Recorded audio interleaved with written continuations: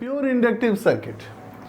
Pure inductive circuit एक ऐसा circuit है जिसमें हम लोग किसी एसी सोर्स के अक्रॉस एक कॉइल ऐसा जोड़ते हैं जिसका सेल्फ इंडक्टेंस तो होता है लेकिन रेजिस्टेंस नेग्लिजिबल होता है, उसे हम लोग प्योर इंडक्टर कहते हैं।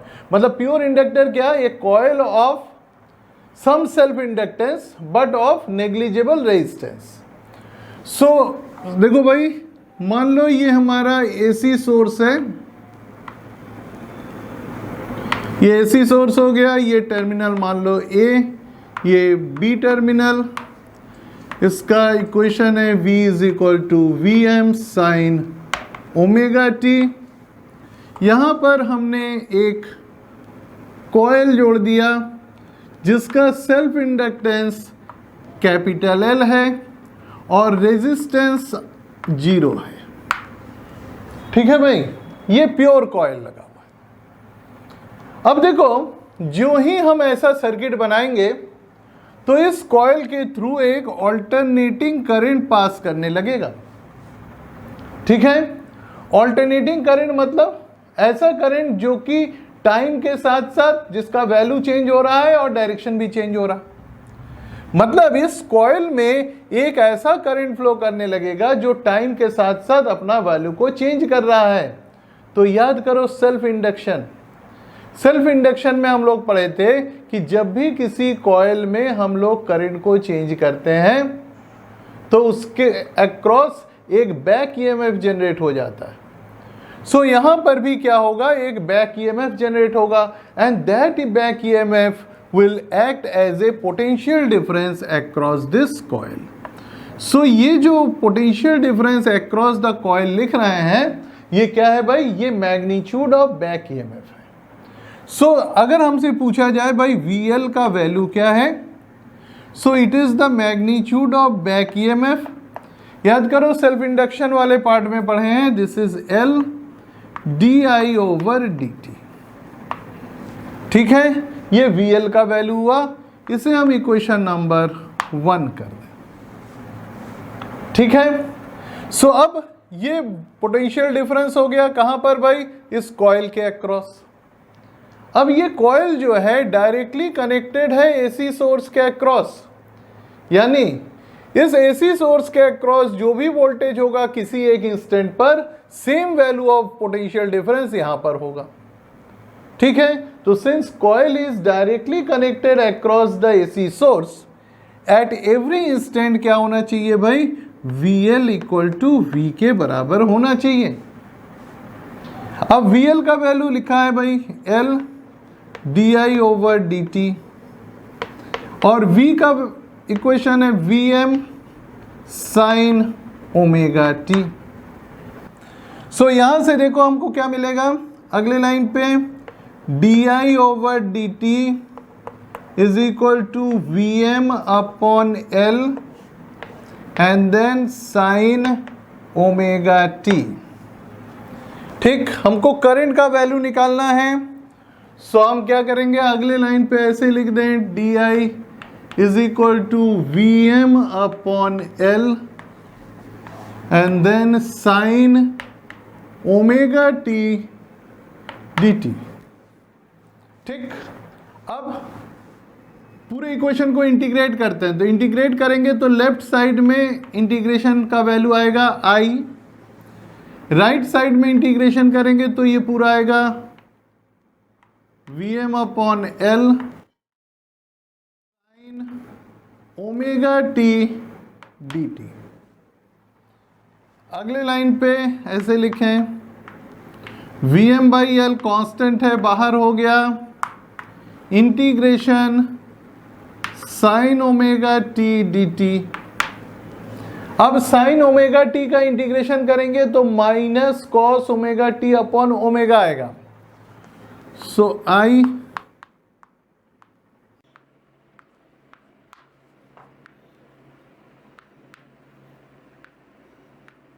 तो देखो ऐसे लिख देंगे। अब I इक्वल टू हो गया Vm अपॉन ओमेगा L और साथ में माइनस कॉस ओमेगा टी। अब देखो इसको क्या करेंगे आगे, आगे हम लोग इसको स्टैंडर्ड फॉर्म में रिड्यूस करना है, तो ऐसे लिख दें Vm अपॉन ओमेगा एल, और इसे ऐसे लिख दें sign omega T minus pi by 2। ठीक है, ये आप रिड्यूस करेंगे तो देखेंगे ये यही चीज आ जाएगा। सो आपका ये मेरा इक्वेशन हो गया, इक्वेशन नंबर 2। अब हम क्या करेंगे, इस इक्वेशन को हम स्टैंडर्ड इक्वेशन ऑफ करंट के साथ कंपेयर करेंगे। तो कंपेयर करें इस इक्वेशन को,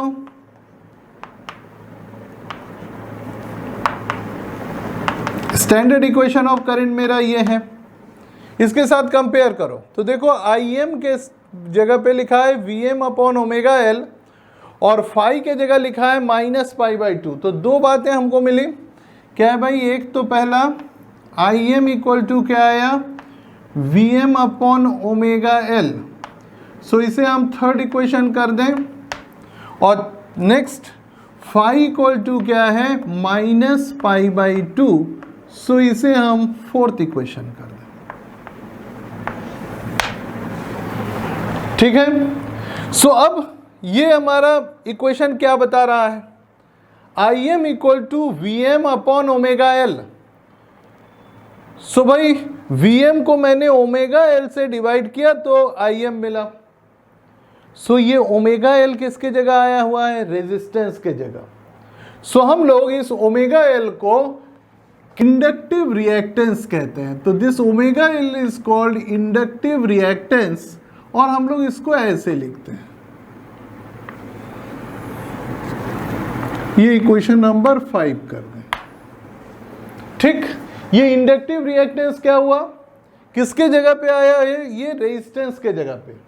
मतलब this quantity XL is the effective resistance offered by the coil to the alternating current flowing through it. So alternating current जो फ्लो कर रहा है उसको effective resistance इतना मिल रहा है।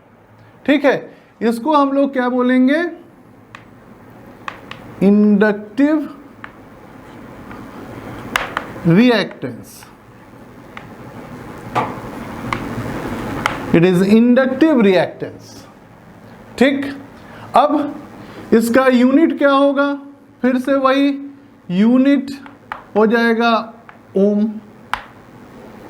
फिर से भाई देखो ये जो एक्सेल है, एक्सेल का वैल्यू ओमेगा पे डिपेंड कर रहा है, सॉरी एक्सेल का वैल्यू ओमेगा पे डिपेंड कर रहा है। कैसे, XL equal to omega L, that is XL is directly proportional to omega. मतलब ये जो क्वांटिटी है एक्सेल, ये सोर्स के एंगुलर फ्रीक्वेंसी और फ्रीक्वेंसी पे डिपेंड कर रहा है। सो एग्जैक्टली ये रेजिस्टेंस नहीं है, रेजिस्टेंस होता तो ये सोर्स के नेचर पर डिपेंड नहीं करता, यहां पर ये सोर्स के नेचर पर डिपेंड कर रहा है। अगर हमको ग्राफ ड्रॉ करने को बोला जाए, देखो भाई मान लो इधर हम ओमेगा प्लॉट कर रहे हैं और इधर एक्सेल प्लॉट कर रहे हैं, आपसे कहा जाए ग्राफ प्लॉट करने को, तो देखो भाई ये आपका इक्वेशन जो है ये है y is equal to mx के फॉर्म का। भाई एक वेरिएबल ओमेगा है, दूसरा वेरिएबल x है, ठीक है ना। सो स्ट्रेट लाइन का इक्वेशन बनेगा, सो इस तरह से ये ग्राफ हो गया, स्ट्रेट लाइन के फॉर्म में ग्राफ हुआ। ठीक, एक बात ये और जानो भाई, इस ग्राफ का जो स्लोप होगा, स्लोप इक्वल टू हो जाएगा, भाई यहां पर ओमेगा एक वेरिएबल है, ये एक वेरिएबल है, ये कांस्टेंट एल है, तो स्लोप इक्वल टू एल है। अब इस पर मान लो जैसे मैं एक क्वेश्चन बना दूं, मैं एक ग्राफ शो करता हूं। देखो भाई मान लो मैंने एक ग्राफ बनाया ऐसे,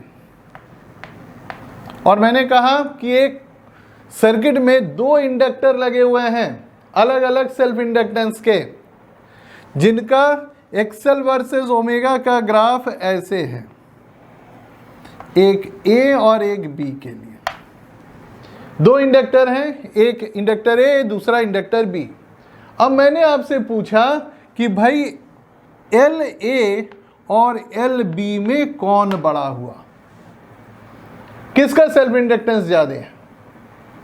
तो भाई हमारे पास कंसेप्ट ये है कि इस ग्राफ का जो स्लोप होता है वो सेल्फ इंडक्टेंस को रिप्रेजेंट कर रहा है, यानी जिसका स्लोप ज्यादा उसका सेल्फ इंडक्टेंस क्या हुआ, ज्यादा। सो यहां पर किसका स्लोप ज्यादा है, ए का, तो इस फिगर में L A is more than L B. ठीक, सो ये तो यहां पर हमारा एक छोटा सा क्वेश्चन बन सकता है। ऐसा ही एक क्वेश्चन हम लोग कैपेसिटर के लिए भी दे सकते थे। मैं आपको ये अभी दे रहा हूं, थोड़ा पढ़ा लूंगा, उसके बाद आप हमको आंसर बताइएगा। भाई मान लो ये हमने ओमेगा लिया और इधर हम एक्स सी प्लॉट कर रहे हैं, ठीक है। दो कैपेसिटर लगाया हुआ है सेम सर्किट में, ठीक। एक्स सी वर्सेस ओमेगा का ग्राफ ड्रॉ कर रहे हैं। एक ग्राफ ऐसे आया, एक ग्राफ ऐसे शो हो रहा है, ए और बी। हमको ये बताना है कि भाई relation between C A and C B. C A और सी बी मतलब दोनों कैपेसिटर के में कौन बड़ा हुआ कौन छोटा हुआ, ये हमको इस ग्राफ को देख के बताना है। सो मैंने आपको प्योर कैपेसिटेटिव सर्किट बताया है, सो उस पर दिमाग दौड़ाइए, उससे ये आपका आंसर होगा। इसी तरह का क्वेश्चन है इसलिए मैंने यहाँ पर दिया हुआ है, ये आप अभी सोचिए, अभी बताइएगा। तब तक हम लोग इसको और डिस्कस कर लेते हैं आगे।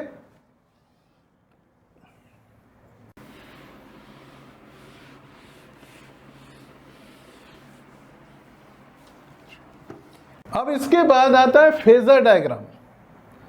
फेजर कैसा बनेगा? सो भाई फेजर में क्या हमको देखना होता है कि वोल्टेज का फेज और करंट और वोल्टेज के बीच का फेज डिफरेंस। सो देखो जो फेजर डायग्राम का स्टैंडर्ड फिगर होता है वो पहले बनाते हैं। देखो भाई ये रेफरेंस लाइन है, पहले VL का बनाएंगे फेजर और फिर जो है I का बनाएंगे। तो VL का क्या है, VL हमेशा V के बराबर है, तो भाई इसका फेजर जो होगा वो कुछ इस तरह से होगा। VL का फेजर ऐसे होगा, ठीक। ये एंगल कितना होगा, ओमेगा टी के बराबर होगा, ओके। अब यहां पर जो करंट है, करंट पीछे चल रहा है, तो करंट क्या है भाई, करंट 90 डिग्री से पीछे है, तो 90 डिग्री से पीछे है तो ऐसे बनाइए, ये हो गया करंट, ठीक। ये कितना पीछे है, 90 डिग्री से। सो अगर ये एंगल हम आपसे पूछें तो this is 90 minus omega t. So ये फेजर डायग्राम हुआ प्योर इंडक्टिव सर्किट का। अब इसको जो सिंपल फॉर्म में जब बनाते हैं तो इस तरह से बना देते हैं। भाई कहते हैं कि भाई करंट का डायरेक्शन मान लो ये है, मतलब करंट का फेजर मान लो ऐसे है। अब बताया जा रहा है current is lagging behind the voltage, यानी वोल्टेज इज लीडिंग, तो वोल्टेज लीड कर रहा है, तो ये हमारा ग्राफ हो, ये फेजर हो गया VL का। भाई वोल्टेज इज लीडिंग। सो कुछ किताबों में ऐसे भी बना हुआ है, ज्यादातर किताबों में ऐसे ही मिलेगा आपको, ये स्टैंडर्ड है, ठीक। दूसरा, अगर मान लो आपको ग्राफ ड्रॉ करने को कहे, ये सब छोटी छोटी चीजें हैं भाई, आपको पूछा जाता है तो इसको याद रखेंगे।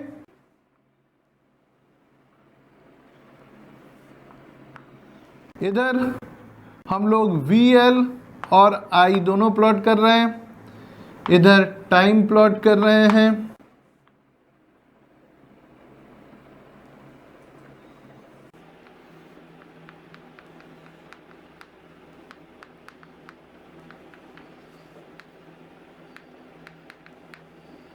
ये हमारा हो गया वोल्टेज का ग्राफ, यानी VL का ग्राफ। अब VL का ग्राफ ऐसे हो गया। करंट क्या है, हर काम को बाद में कर रहा है, तो देखो V यहाँ पर 0 है तो करंट यहाँ 0 होगा, V यहाँ मैक्सिमम है तो करंट यहाँ मैक्सिमम होगा। तो आपका करंट वाला ग्राफ कुछ इस तरह से चलेगा।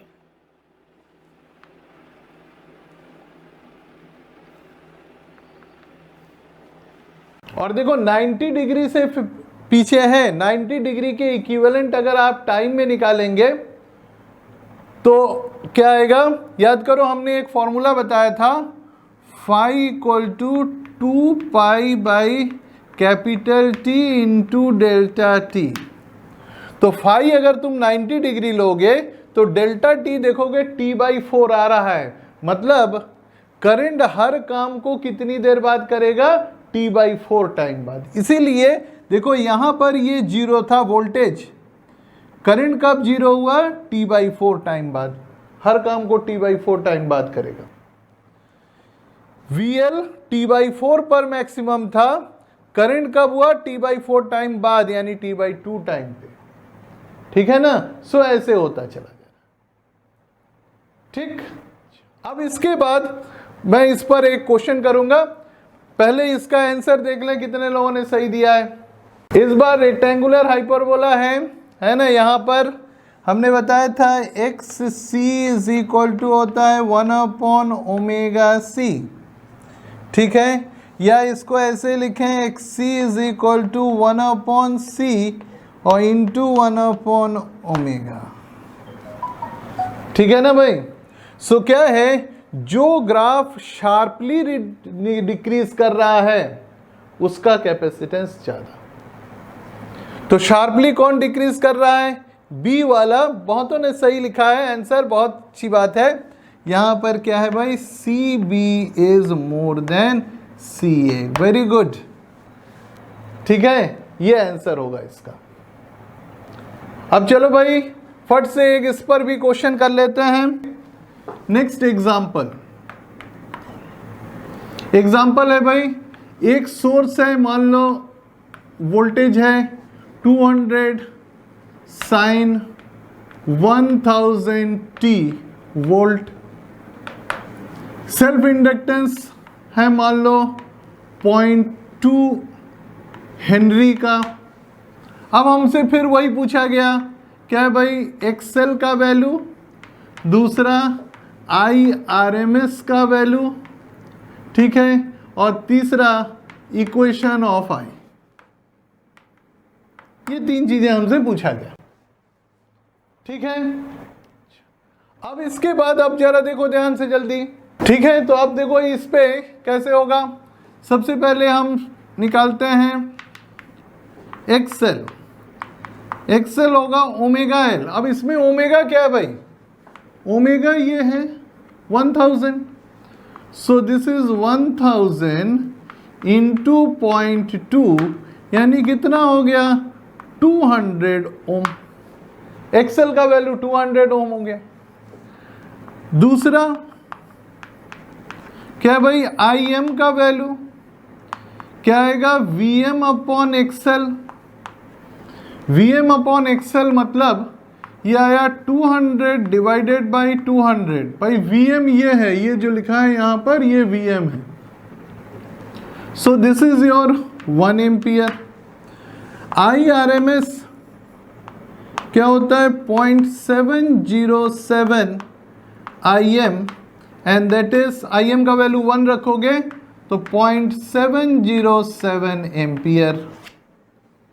ठीक, तीसरा भाई फाई इक्वल टू क्या होता है, -π/2। Okay, standard equation of current में बस खाली वैल्यू बैठाना है, तो I equal to IM sine ω/t plus phi में वैल्यूज बैठा देने हैं।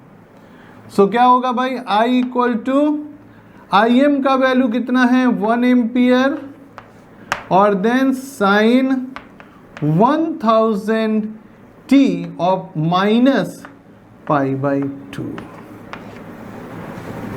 ठीक, आप चाहें तो ऐसे ही छोड़ सकते हैं, या चाहें तो इसको थोड़ा सा रिड्यूस कर लो, तो ये आएगा minus cos 1000t। So I equal to आप लिख सकते हैं -cos 1000 t एम्पियर। ठीक है, 1 था तो 1 यहां से हमने हटा दिया। सो आप इस तरह से भी लिख सकते हैं या ये आंसर लिखेंगे तब भी सही है। ठीक है भाई। सो यहां पर हम लोगों ने जो है 3 तरह का सर्किट पढ़ लिया, जो इंडिविजुअल सर्किट्स हैं। एक प्योर रेजिस्टिव सर्किट, दूसरा प्योर इंडक्टिव सर्किट और तीसरा प्योर कैपेसिटेटिव सर्किट। सो ये तीनों सर्किट अलग अलग हमने पढ़ लिया। अब हमको क्या करना है, इनको कंबाइन करके पढ़ना है, जैसे LR circuit, RC circuit, LC circuit ऐसे, और फिर एलसीआर सर्किट। एलसीआर सर्किट सबसे स्टैंडर्ड है, ज़्यादातर क्वेश्चन एलसीआर सर्किट पे ही पूछे जाते हैं। ठीक है, सो उसको हम लोग नेक्स्ट टाइम पढ़ेंगे।